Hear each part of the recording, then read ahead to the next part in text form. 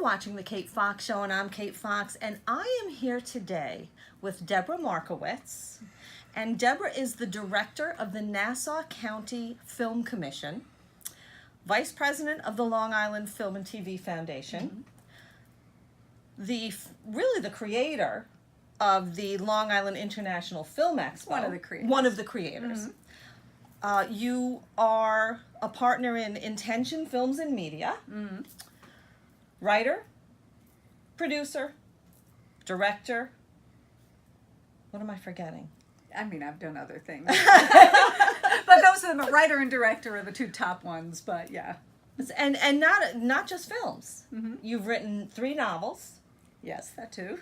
And you have some films making the rounds like crazy at the festivals and doing quite well. Yeah. I have, I have 3 of my first films are on Amazon Prime, which are Last Taxi Driver, By Blood, and Leaving. Okay. And then I have 3 films on the festival circuit, which are The Waiting Room, which is still around like crazy. The Choice, which is with Kathy Moriarty, which is having one more film screening at Hang On to Your Shorts. And I think that might be it. There might be one more after that. And then The Choice, which just keeps popping up here or there. And then I have 2 in post and 1 in pre. And yeah. Just so you have 1 or 2 projects. Yeah, just a few. Yeah. And now, okay, I want to say what came first, the chicken or the egg. What brought you to this position? I created it, actually. I was hired 32 years ago, probably 32, by the county. And the county executive at that point had hired me as a special assistant, which meant I was writing press releases, articles, I was doing special projects. One of the first projects I actually started was the Senior Citizen Discount Program way back when. But it was kind of a work, do nothing. Work, and I can't work like that. I'm a worker. So I started looking around for other departments, and there was a department at the time called Commerce and Industry, and as of I think it was supposed to be an 8-person department, there were only 2 people there. And so I started asking around about what they did, because my degree was in business management. Okay. And they had a secretary. So, we need a secretary. I'm like, I didn't go to college to be a secretary. Nothing wrong with it, but that's not what I went to college for. So he said, well, she does this and that and film permits. I said, well, what's this film permit thing? And basically they did 2 or 3 film permits a year, but there really wasn't anything dedicated to trying to bring people here and really trying to grow it. So I put together some notes, and I found out that there was a governor's film office, and I spoke to them, and I went to the county executive, and I said, I had to phrase it properly. I said that I can get you so much more press, if we have this and we can make money for the county, and we're one of the only counties that Suffolk even had it. We didn't have one. And so he listened to my ideas. He said, all right. He said, go and start it and don't embarrass me. And I'm like, not a problem.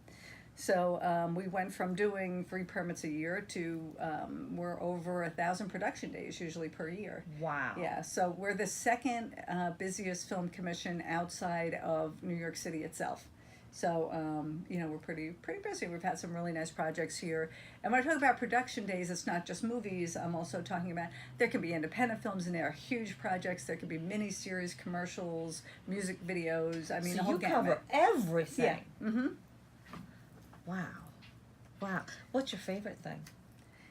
My favorite thing, what, as far as The Office? As far as, yes, in that regard, with what you have to deal with, what's your favorite thing? I think my favorite is probably the one that also makes me the craziest, and that's finding an impossible location, but finding exactly what somebody needs, or saving a company who maybe had something set and it got pulled out at the last minute, and then they come to us knowing that we sometimes have, the magic glove, where we can say, oh, okay, what about this? And then it works.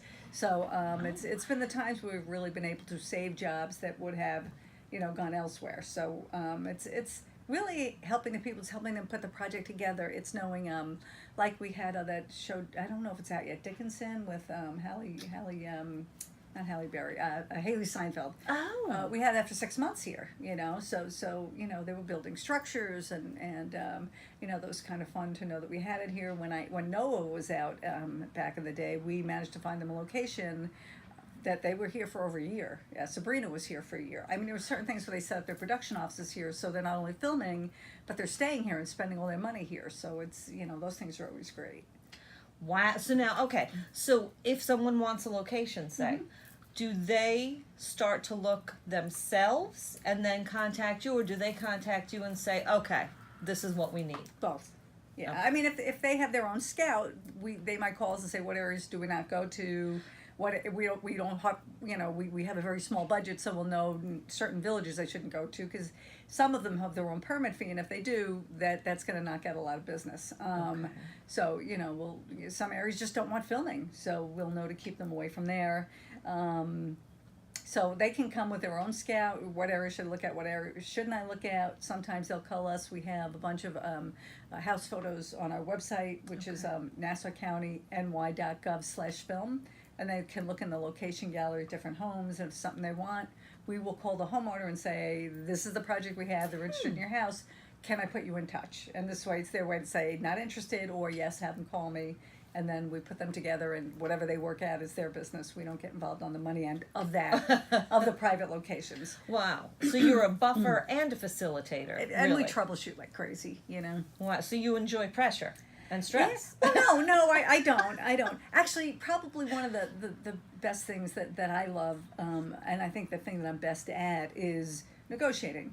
Okay. So for example, way back in the day, I don't know how much I want to say about this, but there was one project that wanted to film on one of the beaches, and I was told, no, don't call this beach. They're just terrible. They're horrible. I said, let me just try. And I called up and I let the person go on for a bit, and then I said, okay, well, what would make you comfortable with this? Well, we might have to bring somebody in. I'm like, okay, if you did, what would you charge?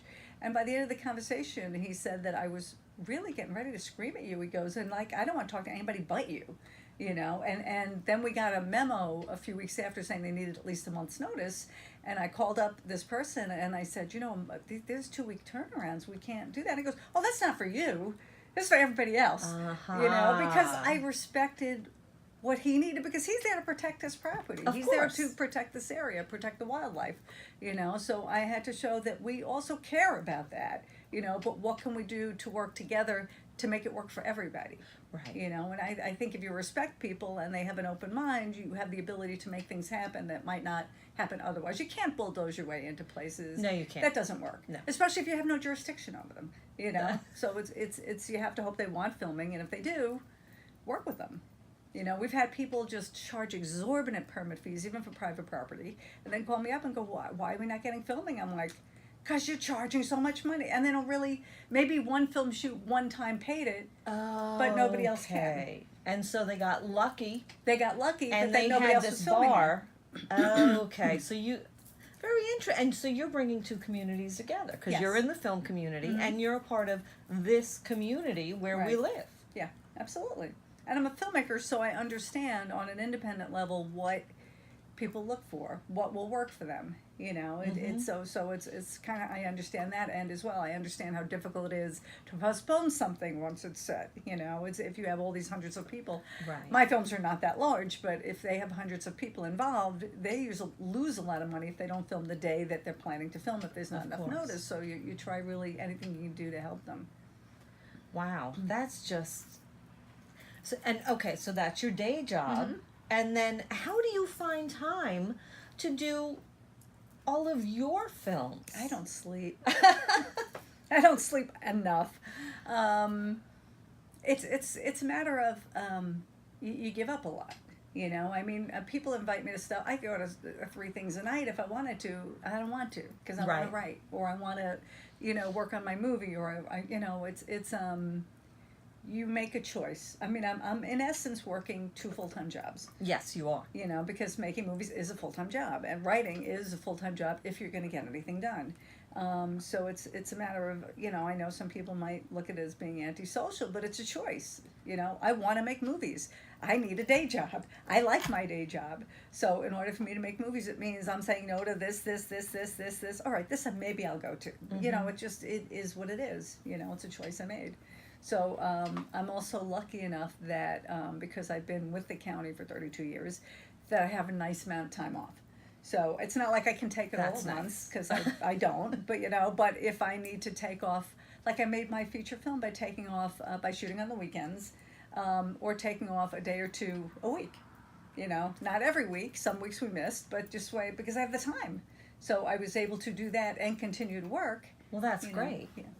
That's great. And a lot of people, don't always have that option. No, So you most people see- don't. You and I, we were speaking a little bit about people we have in common, and different levels and different experiences that people might have. And, some people are just, they'll do temporary jobs, or they'll do Yes. this or do that, and then maybe they'll be on set, and maybe they'll do this instead, or they're, selling coffee Right. for a couple of months, Right. because then they're going to be on set for a month or two. So, yeah, it's at least you have that option where, yes, you're killing yourself. Let's be honest here. And no, I'm tired. I'm not gonna lie, I'm tired this week anyway. It's been a week from hell, But you're following your passion, I too. am, and I couldn't see not doing this. I mean, right now it's actually been a couple of weeks I haven't been able to do anything. But as soon as I get back to it, it's going to be back to the same thing, Of So course. and doing what I have to do. But it's just technology, everything in the world, updating my website, and having to go get that was so ridiculously time consuming. When your Oh, browser yeah. gets a virus, and so whatever. So now that's done.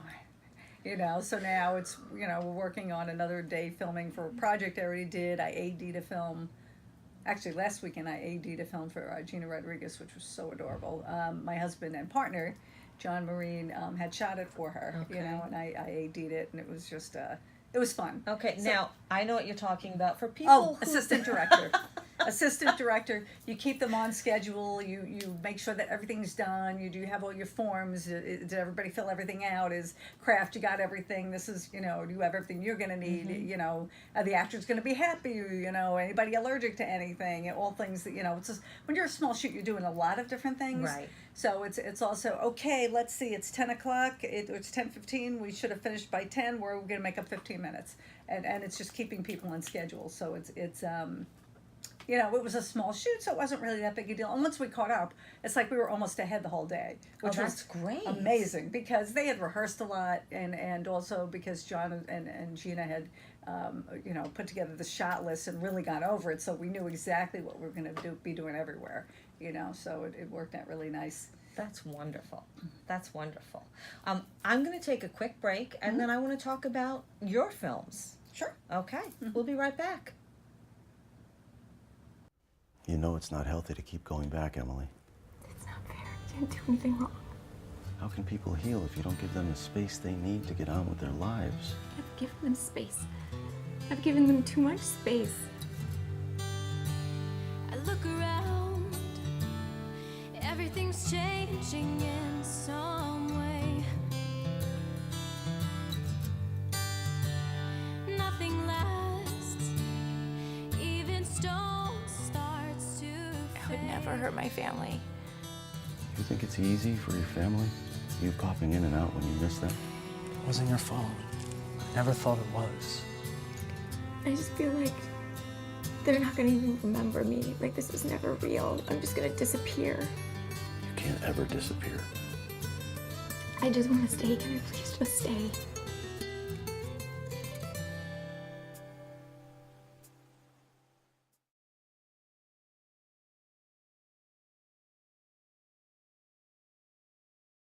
I am back with Debra Markowitz, and we've been talking about what she does here at Nassau County, in the film office, and I want to discuss with you, you can pick and choose how we do it. I would like to talk about your films, you mentioned them a little bit, and I also would like to talk about the Long Island International Film Expo. Okay. Well, as far as my films, I'm not sure if I said this online or to you, but I have 3 of them on Amazon Prime right now. Yes. My first one is the first film I did, The Last Taxi Driver, was my directorial debut. Stars Robert Plahesi from Blue Bloods, Deb Twist from Kick-Ass, Emily Jackson, who was just on, whatever that show was that Kevin Spacey used to be on. Just drawing a blank. Oh my God, I'm drawing a blank Right? too. See, that's but I'm you know tired. it. You know what it is. Yeah. I'll do something. Yeah, it'll come up. But anyway, so that was a lot of fun, and that's why I got to know Elsie from Macabre, because it played there, played a lot of different film festivals. So that's on Amazon Prime, as well as my film Leaving, that stars Sal Rendino, that's been on The Get Down. He's been on Billions. He was just in the Gotti movie. And Molly Ryman, who was in a Hurricane Bianca, which is on I believe Netflix. Okay. So that was a fun movie. So you had my comedy, and then you had my really sad movie, and then I did a movie called By Blood, which is more of kind of a suspense thing, and that's on there as well. And then I have 3 films on the festival circuit. Yes. Did I mention them already? Yes. Well, you did. Okay. The one I have to say, I want to hear about all of them, but Kathy Moriarty. She's wonderful. Yeah, she's won Best Actress awards everywhere, actually. She's brilliant. For Chosen, yeah. I directed it. I was hired by Shari Umansky, the writer, and it stars Kathy Moriarty and Arash Mokhtar, who is phenomenal. And we knew that to have somebody play against Kathy, they'd have to be great. And she's he's a powerhouse, great. so yeah. Yeah, and he's great, and they had amazing chemistry on screen. And that's had a very small festival run. It's only really, we've only submitted to like 5 places. It's gotten in everywhere, but it's just kind of been sitting there, which is kind of a shame, because it's a really good movie. In fact, I played at one film festival just recently, and people coming up to me after go out, and they're like, "Wow, you're like a real filmmaker," and I'm like, "Yeah," and it was nicely budgeted, which is always a nice change. Most of my movies are less than half of that, so that was kind of nice. But Kathy's amazing to work with. Just such a good person, and such a great actress, and just so sweet on set. And I can't wait to work with her again. I can see that. She's a good heart. She has a good heart. She's funny. She's very very blunt, in certain ways. But yeah, she's terrific, and I hope to work with her again. And I'm going to wait until I have a film festival this weekend, see if she wins anything else. And if she does, I already have 2 trophies for her that I got to bring to her. Oh, that's great. And we can go with you to take the trophies. I'll to ask Kathy. her. Just okay. No. I'll ask her. So you have that one, and then you have, and I'm forgetting the name. The Only Woman in the World. The Only Woman in the World is the feature that's in post right now. Okay. Which I'm pretty excited about it. I'm very nervous and very excited because we really had no money, and I told my husband I want to do a feature. And he's like, okay, well, we don't have any money. And last year, we got killed this year, but last year we did okay on our taxes. And it's like, all right, we're going to take that money. We're going to put it towards this film. Still nowhere near enough. But I, wrote this script called The Only Woman in the World, which really, it's changed and evolved. And it's won these script writing contests, all over the world, which is surprising to me. But, because I think it's good, but I don't know if it's that good. But, so then I decided, excuse me, who my leads were going to be. And Kieran Sheehan, who was one of Broadway's Phantom of the Operas, he plays this really narcissistic actor type of character, and Bianca Shamat LaRue plays Sandy, who's an up-and-coming director, and then her life partner is played by Chris Cardona. Oh my God! I went to college with him Really? and performed with him. That is hilarious. I love that.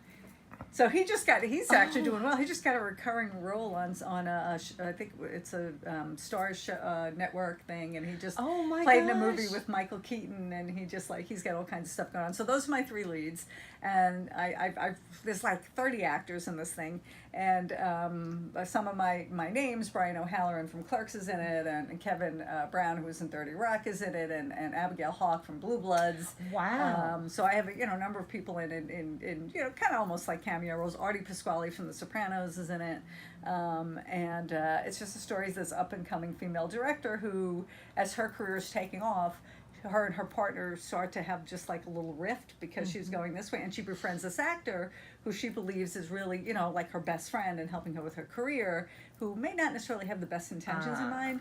So we're editing it. We're going to be editing it for a while because we started making another film right after it, and but so it's my husband's editing it right now, and then we'll probably bring it even to another editor to just tighten it up more, and then it's got to be scored and so on. So that's probably not even going to be out until 2020. Okay.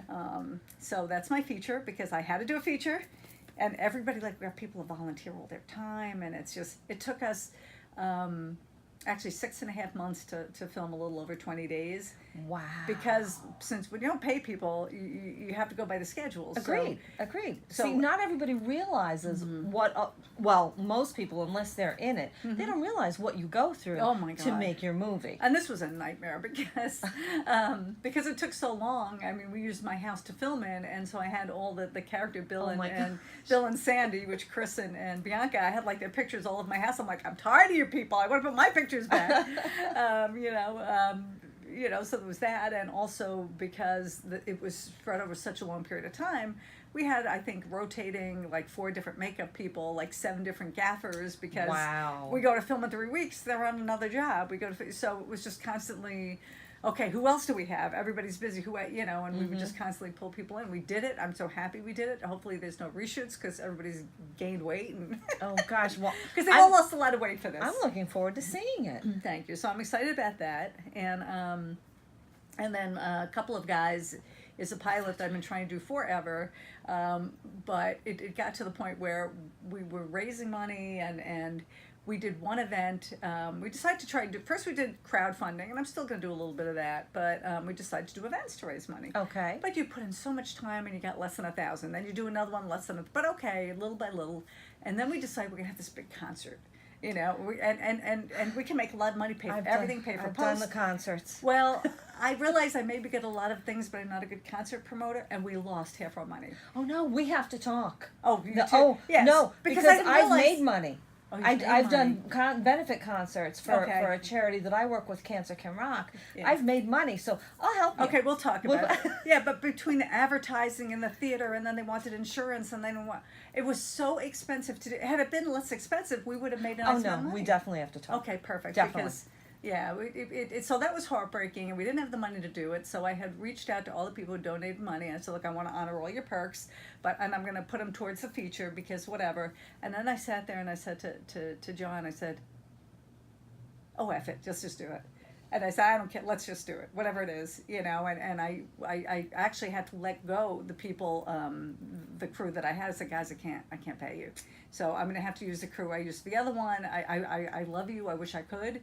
And, it just is what it is. And then a few of them came back and said, whatever you got, we were coming. Well, they get it too. They get it. They do get it. And, we're going to shoot one more day because I want a different ending than what we already had, because a couple of people had recommended having a different ending for a pilot.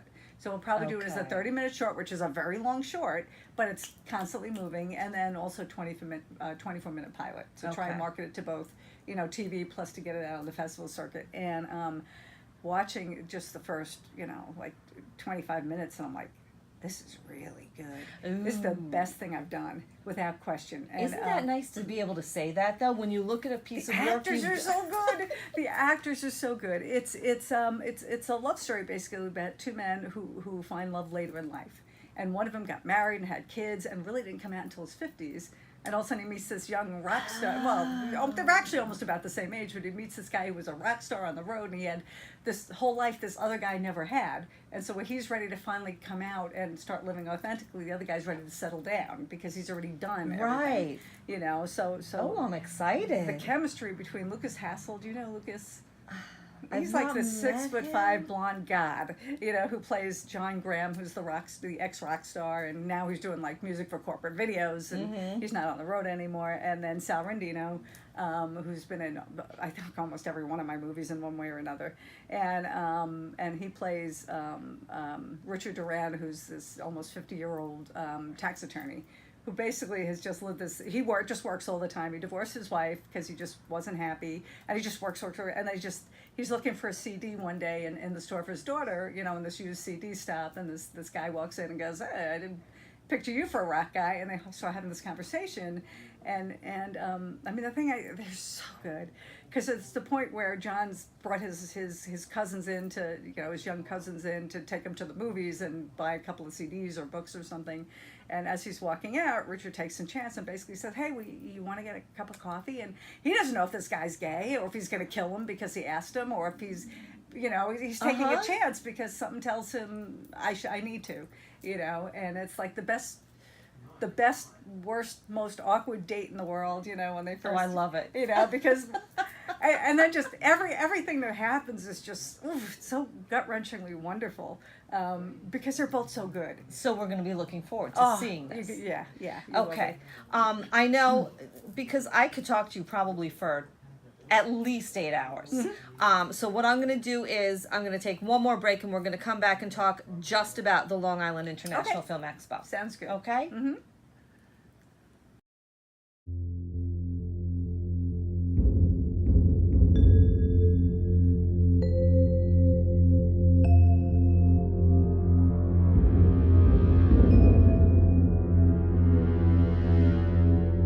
She was like a mom to me, Uncle Vinny. I miss her. She really loves you. 14 years just flew by. Hey. They say that's what happens when you're happy. Just she had a good life with you. I almost screwed it up, you know? Yeah. Yeah, you're getting it now. She's good, Jimmy. Just give me your key. What, are you flagging me, Gus? Sometimes you just know things. I do. I don't understand any of this. Rewriting history. Her and I belonged together. You were married. No. Before.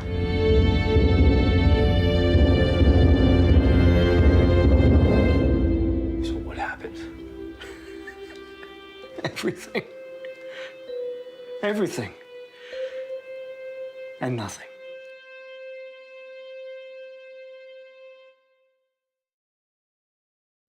And now we're going to talk about the Long Island International Film Expo.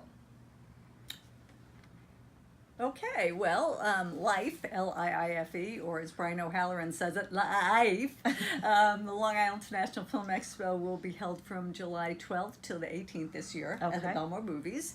It is our 22nd year. Really? Yes. So we've been doing this for a long time. I know we mentioned some people we know in common. Ann and Henry Stamfeld were two of the people who started it with me. At the time, was also Robert Hansen, who has since passed on. Marty Cohen, was from Five Towns College. And we've seen people come and go, but it's still us. And now we brought in Tricia Pello, is one of our very esteemed board members. Karen Rizzo as well. And we're going to our 22nd year. I think we're playing something 164 films during that week. Wow. A lot of them shorts, so you can have many films in there. And we have a combination of everything from student to some films with names like Fran Drescher's in some of them. We've got George Wendt is in this pilot called Eddie's with Eddie McGee, who was one of the first winners of Big Brother, and Safe Spaces got Fran Drescher.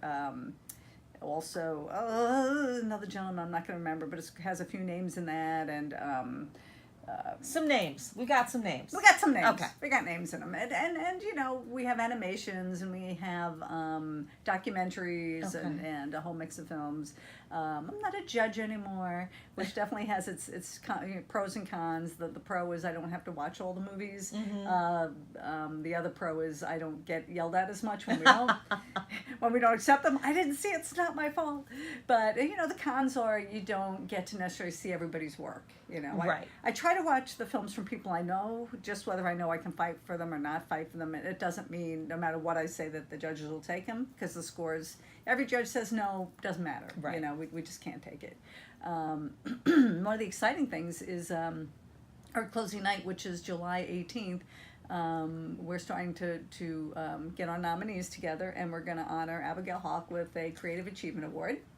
And hoping we can get Bobby Classy from Blue Bloods to come out and present it to her. He's one of our fairly regulars, that comes quite a bit. We're also honoring director John Gallagher. Okay. With a Lifetime Achievement Award, Lifetime Career Achievement Award. Our presenters so far include Kevin Brown from 30 Rock, as well as Abby's going to present some awards.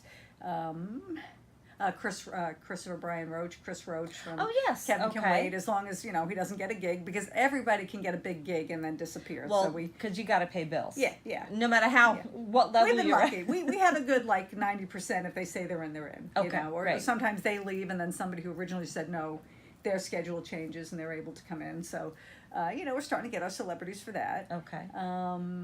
So that's kind of cool. So we have the website up, which is longislandfilm.com. LongIslandFilm.com. Right. The tickets just went up, so they can, look at that. The website, we're still updating the website so we can have more information about each film.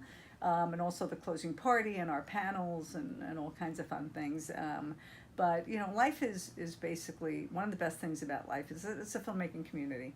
A lot of the people we've seen before, and they're coming back, and new people, and people get to network and work on projects together. One of the films that we're screening is called Fairy Tale. It's a very brutal film. It's a gorgeous film, but it's a very, very brutal film. And the director is Ely Hershko, who's had a few amazing films in the festival over the years. And he had met David Spaltro, who's basically his co-director. Okay. He had met him at Life many years ago, and they ended up working on this project together. And the funny thing is they have their lead. I know her first name's Verity. I don't know her last name, but Ely had, because he knows I'm a filmmaker, had contacted me and said, okay, we only have so much money. Anybody you can recommend for these certain positions? And I recommended Beck Fortis, who is one of the makeup people, hair and makeup people I've used on my film sets. And as she walks in for the interview, they ended up losing one of their leads, and she's also a really good actress. He ended up hiring her, so she not only was doing hair and makeup, she actually was one of the leads, the co-lead in the movie. So, so that was kind of fun there. Oh, that's very cool. That's very cool. So I'm looking now. Is there anything in particular normal people, meaning non-film people, should look for? At Life, or is it just everything? Is there something it's everything. It's everything because although it's not every film, a lot of the films we have will have the filmmakers come in from all over the world, and a lot of local films. And one thing that people tend to like is they like to do the Q&A with the filmmakers. If they've seen a film and they have a question, they can ask right then, which is really cool. That's really great. And also they get excited about having the celebrities pop in and out and whatnot. And if we don't have all our panels set up yet, but we are going to have a couple of acting panels and a panel with a casting.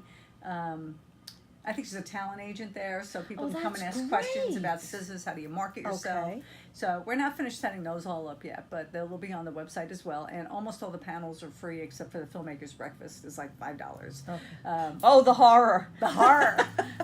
But, that's just so people, don't come in from all over the county for free breakfast. Right. You got to pay something. Hey, now, come on. I need breakfast. I'm coming. That sounds so really cool. Really cool. I am looking forward to it. Great. We're looking forward to having you. Now, we're going to put up the website and all of that. Mm-hmm. But, again, your website, if people want to look at Debra Markowitz, her other life from Nassau County, and to see your books, your films, about you, where do they go? They should go to intentionfilmsandmedia.com. Intention Films and Media, A-N-D. A&D. Media.com. Right, and then they can look on, I have all my films listed. We're just doing a little fundraising still for a couple of guys. We're the only woman in the world, and they can look in there and if they want to do something there. Become a part of it. They become a part of it, yeah. And also, as I said, 3 of my movies are on Amazon Prime, and if they go to, the list of movies, they'll see that as well. link to Amazon Prime. Okay. And then I have reviews for my books and the screenings where my movies are going to be. And for today, it's up to date. I don't know what it'll be tomorrow, but you're really very boring. I you know. have nothing. I know. It's just you have nothing going on. I'm so sorry. So sorry I wasted my time today. No, I'm sorry. I can't help myself. I so enjoyed talking to you today. Thank you. This was fun. It's just a ton of fun. I can't wait to see you again. And I want to say thank you so much for talking to us. Thank you. Debra Markowitz.